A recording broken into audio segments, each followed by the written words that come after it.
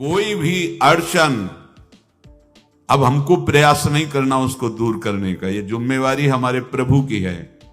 और प्रभु के ऊपर अगर आपने भरोसा दृढ़ कर लिया तो हर अड़चन अड़चन बन जाएगी, भगवान की पूजा बन जाएगी।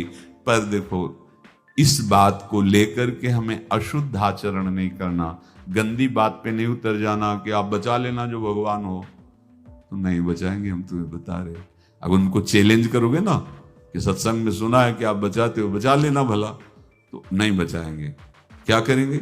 डबल पिटाई करवाएंगे तुम्हारी, क्योंकि सुन के भी तुम मनमानी कर रहे हो ना, और जब पीटोगे फिर रोगे तो फिर बचा लेंगे। ये लीला बिहारी गुरु हैं, बहुत करुणामय है, इनसे उल्टा मत खेलना, नहीं तो अगर ये उल्टा खेलने लगे तो तुम पहचान ही नहीं पाओगे।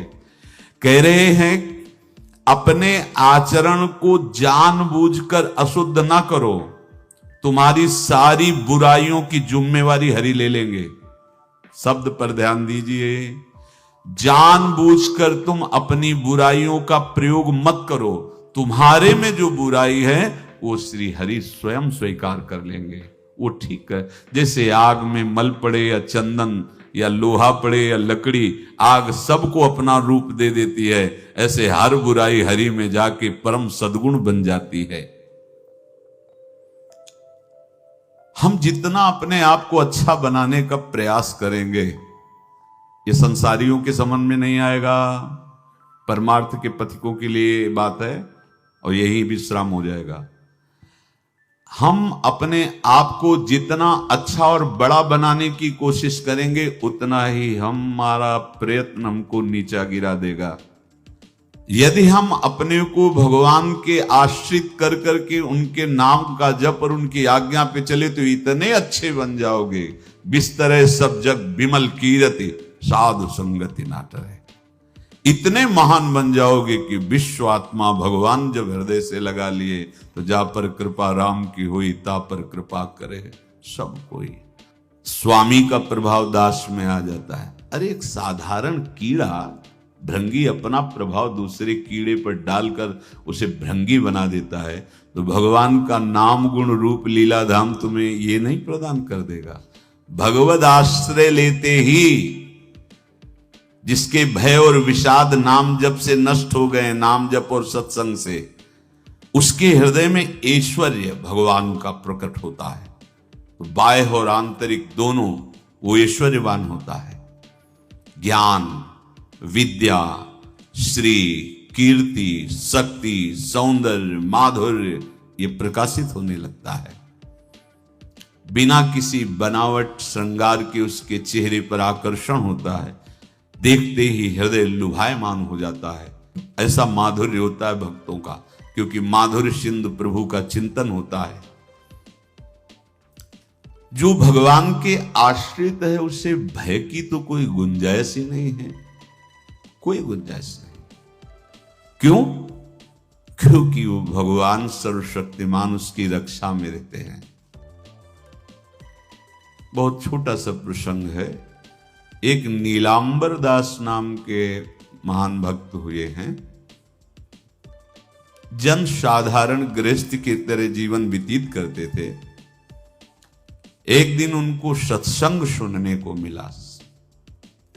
सत्संग में जब जैसे यही सब सार बातें, तो उनको लगा कि अभी तक तो हम अपने को पूर्ण मान रहे थे कि हमारे पास रुपया है, पत्नी है, पुत्र है, घर है, सब मौज मस्ती है, लेकिन ये सब छूट जाएगी मरने के बाद, फिर मेरे पास क्या रहेगा?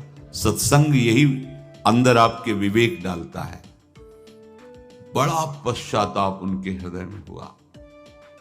ये है कृपा, जिसको अपने लौकिक भोगों के बीच में रहकर उनसे जलन पैदा होने लगे, जान लेना भगवान उन पर बहुत कृपालु हो गए हैं।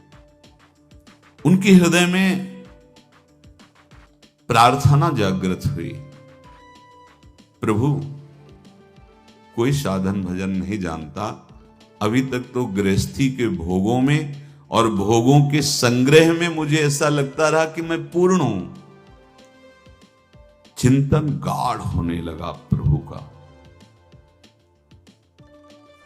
सत्संग जहां हुआ था वहां भगवान जगन्नाथ जी की चर्चा जो प्रेम विभल हुए थे ब्रज लीला में, सुन करके ब्रज लीला का भाव सुनकर श्री सुभद्रा जी, बलराम जी और लाल जी वो प्रेम विगलित रूप, तो जो हम सुनते हैं वही हमारा अनुराग होता है।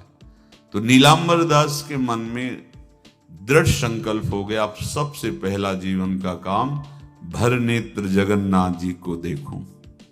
जगन्नाथा स्वामी नयन पथगामी भोत। एकांत में बैठ के बहुत रोना आया कि प्रभु बहुत दूर हो, ये उत्तर प्रांत की बात है और आप बहुत दूर हो, कैसे मुझे सामर्थ्य दो कि मैं इस ग्रह रूपी बेड़ियों को तोड़कर निकल पड़ूं, मोह रूपी हथकड़ियों को तोड़कर निकल पड़ूं। ऐसा ही हुआ। जब कोई सच्ची चाह हृदय में प्रकट कर लेता है तो मंजिल दूर नहीं लगती, चाहे जितना दूर हो। कुछ अर्थ लिया और अपने परिवार से प्रार्थना की, बच्चे सयाने थे कि ये सब वैभव आप लोग देखो, अब मैं किसी योग्य नहीं रह गया, अब जब तक जगन्नाथ जी को भर नेत्र नहीं देख लूंगा तब तक अब जीने की आशा नहीं। तो घर वालों ने भी देख लिया था कि अगर ये सुखी रहे जगन्नाथ जी को देखकर तो ये हालत इनकी ऐसी देखी नहीं जाती, न खाना न पीना, कुछ अच्छा न लगना। सबने अनुमति दे दी, झोली में कुछ अर्थ रख दिया, बोले भाग पड़े। जैसे बहुत समय से बिछुड़ा हुआ कोई अपने प्राण प्रिय से मिलने के लिए, ना खाने की चिंता, ना पीने की चिंता, ना मार्ग की थकावट, बस नेत्रों में उत्साह भरा हुआ है। कब ऐसा होगा कि जगत के नाथ को मैं अपने भर नेत्र देखूं। जगन्नाथा स्वामी नयन पथगामी भोज। कैसे, बस चिंतन में जगन्नाथ। जब कोई सतमार्ग में चलता है तो विघ्न पे विघ्न आना प्रारंभ हो जाते हैं। क्यों विघ्न? क्योंकि हमारे कुछ पूर्व पाप होते हैं जिनको भस्म होना अनिवार्य है। जैसे आप कल श्री गोपाल चरवाहे का चरित्र सुना कि 27 दिन क्यों इंतजार करवाया भगवान ने। विरहाग्नि में अनंत जन्मों के सब पाप भस्म हो गए, निर्मल शुद्ध बुद्ध परमात्मा स्वरूप हो गया। भारी थकावट शरीर में, नदियां पड़ती हैं, नाले पड़ते हैं, कष्ट सहते हुए।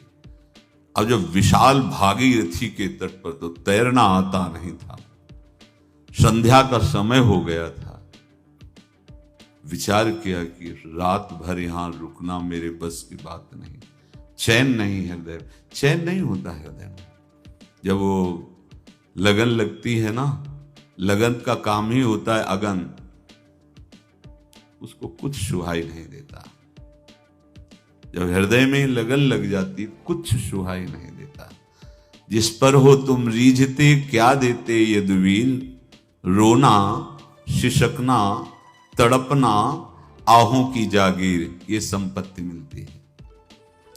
रोने लगे, प्रभु आप तो भव समुद्र पार करने वाले हैं, इस गंगा नदी को कैसे हम पार कर पाए, और हम रुकेंगे नहीं।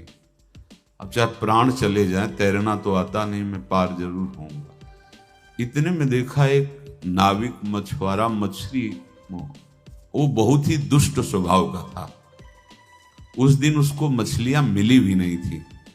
इनको रोते हुए देखा तो नाव किनारे लाया। पार चलना चाहते हो? बोले हाँ। तुम्हारी झोली में कुछ है कि केवल हाँ ही कह रहे? बोले नहीं, परिवार वालों ने कुछ डाला, भी देखा तो नहीं। दिखाया तो उसमें कुछ मुद्राएं, पहले स्वर्ण मुद्राएं आदि। वो प्रसन्न हुआ और मीठी मीठी बातें करके नाव में बैठा। आओ आओ। भक्त को कोई संशय और भ्रम नहीं होता। और वो कपटी आदमी, उसने विचार किया कि अगर इसको छीन कर पार कर देंगे तो ये राज कर्मचारियों को सूचना देगा, फिर हम बांधे जाएंगे। तो इसे बीच धारा में ले जाकर गला दबा के मार देते हैं और इसकी संपत्ति ले लेते हैं। कौन जानेगा, गंगा के प्रवाह में बह जाएगा, पक्का निश्चय।